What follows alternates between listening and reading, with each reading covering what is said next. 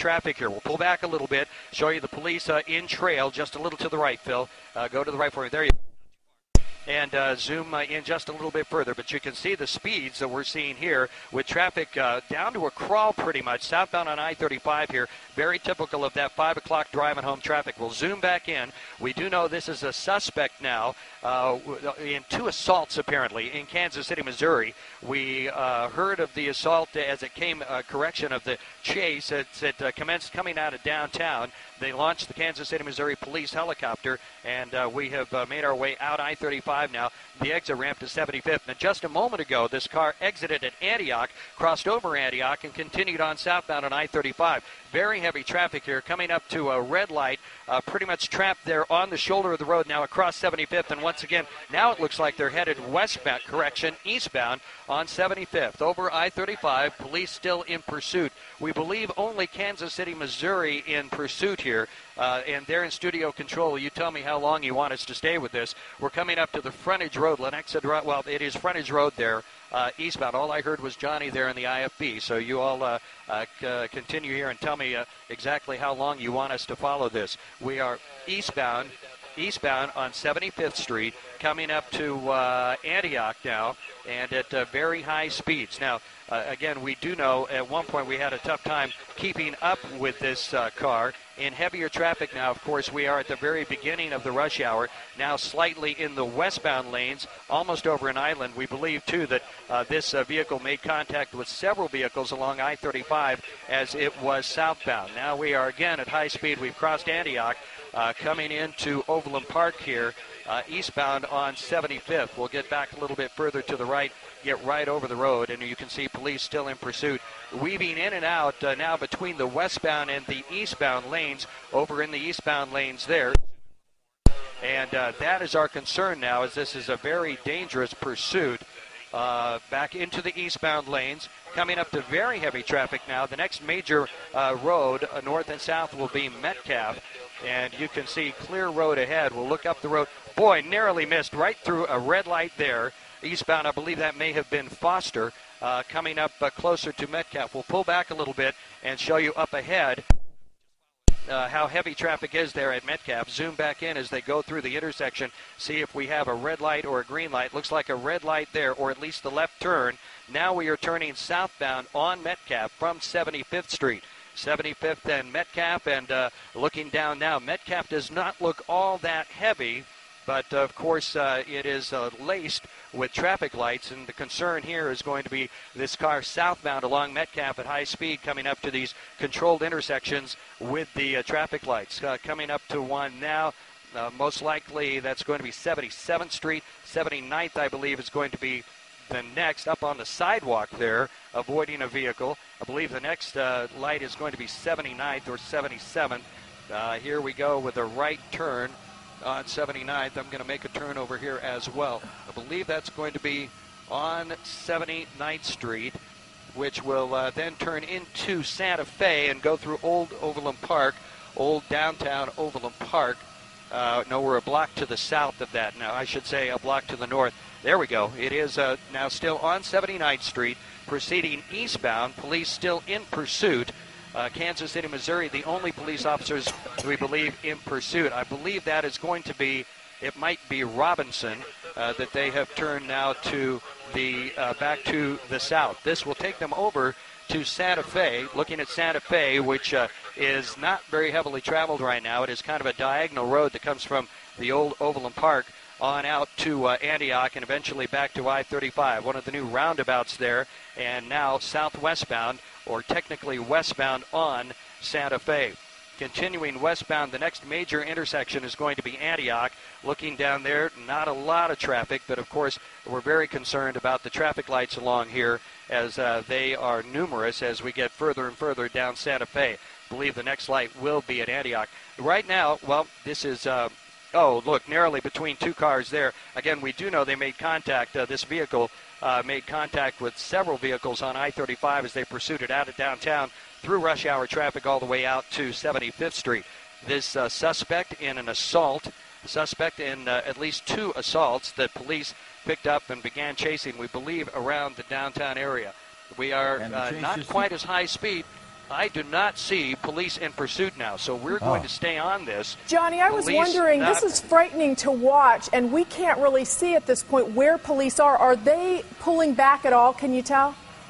Yeah, I was just going to tell you, I believe they have broken off the pursuit, but they do have the Kansas City, Missouri police helicopter behind this as well, and obviously we are tracking this. The car now down to normal speeds and probably trying to blend it, well, maybe not trying to blend into traffic that way, making a right turn now onto Antioch and headed northbound. Now, that is right by the Overland Park Police, pull back, Phil, and to the right is the Overland Park Police Station, right, or to the left, I should say, back, I think, on both sides of the street, Overland Park Police Station. We'll zoom back in.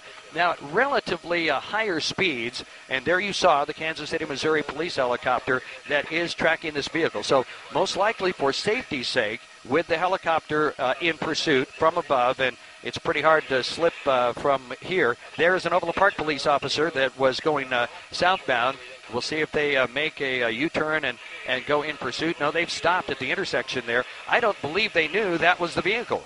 The vehicle that we are continuing to watch here, I don't think they knew that was the vehicle that they were in pursuit, because they are now blocking this intersection at about 82nd or so and Antioch, and are down 82nd Street and now have turned off their lights. So we will continue, and again, I will follow your lead there in studio control. Kind of tell us what you want to do here as far as following this. But we continue to watch, Johnny. This has been going on about 15 minutes now. You're watching KMBC 9 News at 5. This is a chase, a live chase going on during our newscast, and we continue to follow the car that may or may not be being chased right now, Johnny. Yeah, it is. We do not have any police officers in pursuit. And again, I'm sure that they are just trying to, pretty much be normal and not draw any attention to themselves, as they are northbound now on Antioch, approaching 75th Street. So this is where we were. We've done a long kind of back around, back where we started from. Now back, you saw busting through that left turn lane. Typically that would force you in the left turn, but jumped out in front of some cars there. This is where we passed not too long ago at 75th and Antioch, as they came off I-35 and headed eastbound down around through Overland Park, old downtown Overland Park, and now just continuing southbound on Antioch. The next major intersection, I believe, is going to be 67th Street or 69th Street. That is going to be the next traffic light. But without police in pursuit, there doesn't seem to be the that was a red light there. Doesn't seem to be the urgency, obviously, that this driver had a little while ago. So police most likely laying back now. I do see what appears to be Marion police officers coming up to that intersection we just passed through. They are stopped at a light, looking down Antioch now. Next major street's going to be, 67th, by the way, is the next street. That was, I believe, 69th Street, where we saw that last traffic light. But coming up on 67th now, this is about, a half mile to the east of the I-35 interchange, and we'll see if they do take that. Nope. Again, busting through another red light southbound on Antioch. Next major intersection is going to be Shawnee Mission Parkway. Looking down there, very crowded during this time, the rush hour. Not seeing any police in place. And one more time, Kansas City, Missouri police helicopter is in pursuit as well as we are. They are down below, just a few hundred feet off the ground and behind the vehicle. So at this point, we don't know whether or not those in the vehicle know they are being followed, and we're trying to stay back a little bit too. Now up to Shawnee Mission Parkway, it looks like through it was going to be through a red light there. We've turned now to the east on Shawnee Mission Parkway as they head on over towards Metcalf, and that will be the next traffic light and the next intersection. Again, this started just before 5 o'clock coming out of downtown. Is where we picked up the chase into the very heavy I-35 southbound going home traffic from the Cambridge Circle all the way out to Southwest Boulevard, driving between cars on the shoulder of the road at very high speeds, and then eventually broke out of some of the heavy traffic at Southwest Boulevard, only to get back into it between Antioch on down to 75th Street, where the vehicle exited, then way around old downtown Overland Park via 75th and Metcalf. Here is eastbound, now coming up to, I believe, Metcalf. I'm going to bank around here a little bit. And now in the westbound lanes of Shawnee Mission Parkway, and a lot of traffic headed in this direction. Now made a left turn onto one of the side streets, and I have lost them out the window here, but it looks like, along that is a Holiday Inn, I believe, through there. and back around. Oh, I don't know. I can't see it out the window, Phil. So stay with him. Okay, now I've got him. That is not the Holiday Inn. That would be. And they have bailed out. They have bailed out. And this is where it's going to be tough to keep tracking. The Phil, stay right on him here. Headed eastbound. Kansas City, Missouri police are still above the scene, so they have tracked them. They also have the FLIR. So if, in fact, they're still in pursuit here when it gets dark, they should not have a problem finding the suspect. Now they are coming up to a side street here just to the north of Shawnee Mission Parkway and continuing to run. There is just a bystander over here. I believe this is going to be a repair shop, as a matter of fact. And is that the suspect right there? That is the suspect? You're sure? Okay, these guys are asking him what he's doing, obviously. And he's, again, just trying to pretend like nothing is wrong. They would have to think, okay, there we go. We've got somebody waving. This is your suspect, and that is the same person we've been following. Don Freely Auto Clinic. This just to the, and police are close. Police are not too far from there at all. They're behind a Quick Trip right now. In fact, they are right there. They are right there. Police, they've taken them inside, and police are on the scene, and this is over. They have not taken him inside. He is prone on the ground, and this pursuit is over, and it appears as though we have had no injuries with this either. We'll pull back and give you one more scene setter here as we are just a little bit and tilt down a little bit for me, Phil, if you could. We're just north of Shawnee Mission Parkway, just a block or so, and I believe that is just a little bit, it's near Foster and Shawnee Mission Parkway, just to the west of Shawnee Mission Parkway and west of, I should say, Metcalf, and north of Shawnee Mission Parkway. Suspect in custody. Back to you, All right, Johnny Rollins, thank you very much. A lot of really frightening moments there. We'll, of course, be following up to find out exactly what led up to this chase. Dramatic police chase that's been went on for about 15 to 20 minutes. We've got police officers on the scene arresting a suspect. This is a live picture that you're seeing right now as the suspect being arrested by police. And obviously there were a lot of folks, you saw a lot of cars that he either sideswiped or ran into just even in those last few moments of that chase. So there are going to be a lot of people wondering exactly what has happened here today. But there you see police taking him into custody. Suspect now in custody after a wild police chase during the rush hour. And apparently no one has been injured. A number of cars hit, sideswiped. You have to give the driver credit. He must be one whale of a good driver, or else very, very Never lucky. Even slowed down. And early on, Johnny Rollins had learned that he was apparently a suspect in 2 assaults, perhaps in the downtown area. That's apparently where this chase began. And that is really all we know about the suspect at this point, because this led to residential areas. He was obviously going against traffic at times. Police seemed to pull back on the chase on the ground, but they stayed with him in the air, as did Johnny Rollins. So, Johnny, if you're still hearing us, how far from the car is he right now where he abandoned the car? Oh, boy, I'll tell you what, Larry, I don't see the car right now. I would say at least a couple of blocks. We're trying to stay on the south side here so we can keep the suspect in sight. Police officer very courteously giving the suspect his hat back there, as you saw. And I have to tell you, I'll count here at least a dozen police officers now on the scene, and they're going to walk him back around here. This ended up just to the north of Shawnee Mission Parkway and to the east of Metcalf, and you can see, we'll pull back and show you the extent of the police presence here as they do bring this suspect over. Several cars there, multiple jurisdictions, and a little bit to the right, Phil, you'll see even more. There is a Quick Trip at this corner, the corner of Shawnee Mission Parkway, just to the west of Metcalf as well. So back down to the suspect as it appears, are going to load him in the back of a patrol car. I don't know if that is going to be Mission or that could be Mission Police or Merriam, but I believe it is going to be Mission.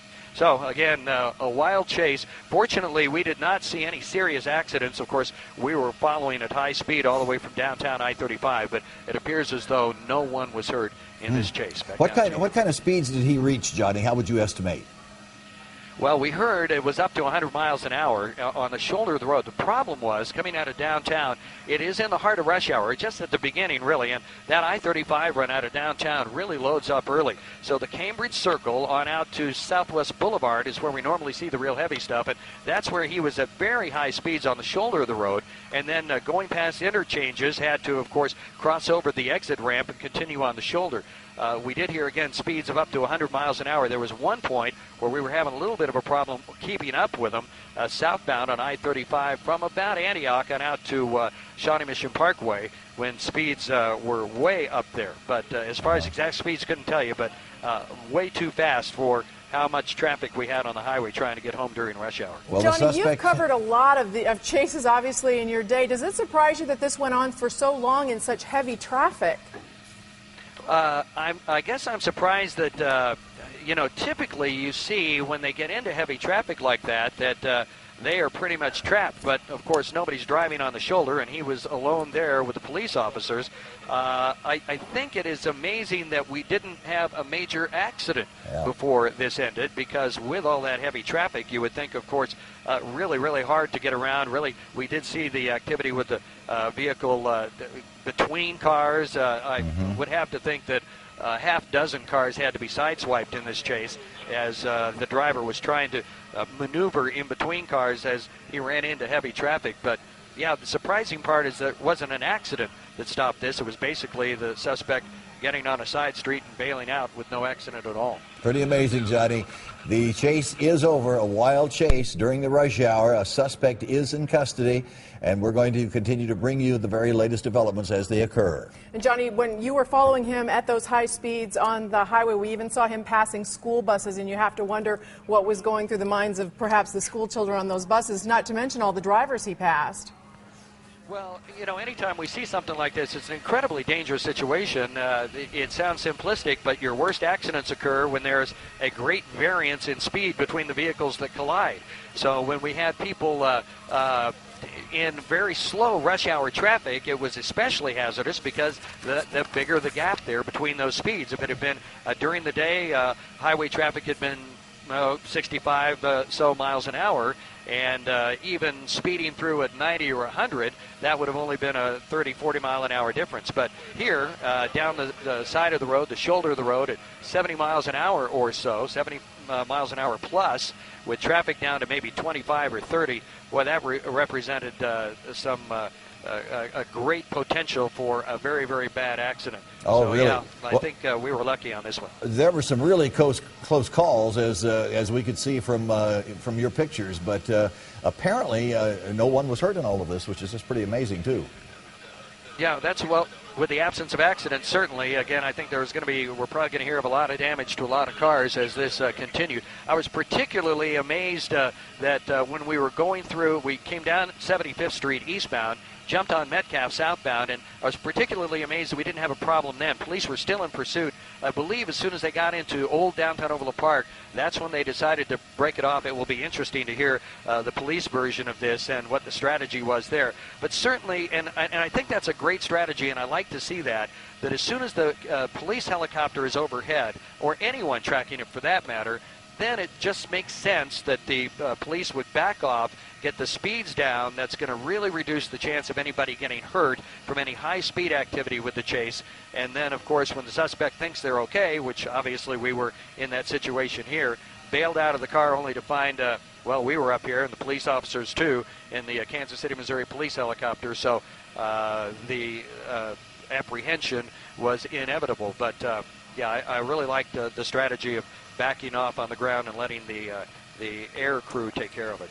We're looking at some of the video from earlier that we had on the air live just a few minutes ago. There goes the suspect in the car speeding away after having come down I-35 and then taking off from I-35. This is about where he's going to ditch the car, I think, and just before this. That's a passenger who gets out there, it appears. So anyway, we do know there's an arrest and the chase has ended. According to my watch, the chase still lasted about 15 minutes, Kelly. Right, and we don't know exactly. We are hearing that it started in downtown Kansas City. We don't know exactly how long it was going on, but again, we're wondering, and I don't know if Johnny can still hear us, Did you ever see a second suspect? Was there ever anyone else that you saw get out of the car? Well, you know what? I did not know, and I'm just learning from the news desk now that it was a passenger that bailed out, and the driver is still out there. Now, Phil, it tilt up just a little bit, and I'll show you where it seems as though Kansas City, Missouri police, with their searchlight now, are focusing their search. And it's going to, let's go to the right if we could, Phil, and zoom down right. Well, you can see the, there you go. You can see the light on the top of that building. Let's kind of keep with that. Yeah, here's the live picture. That will show you. Yeah, this is a live picture. And I'm going to see if I can get some streets for you here.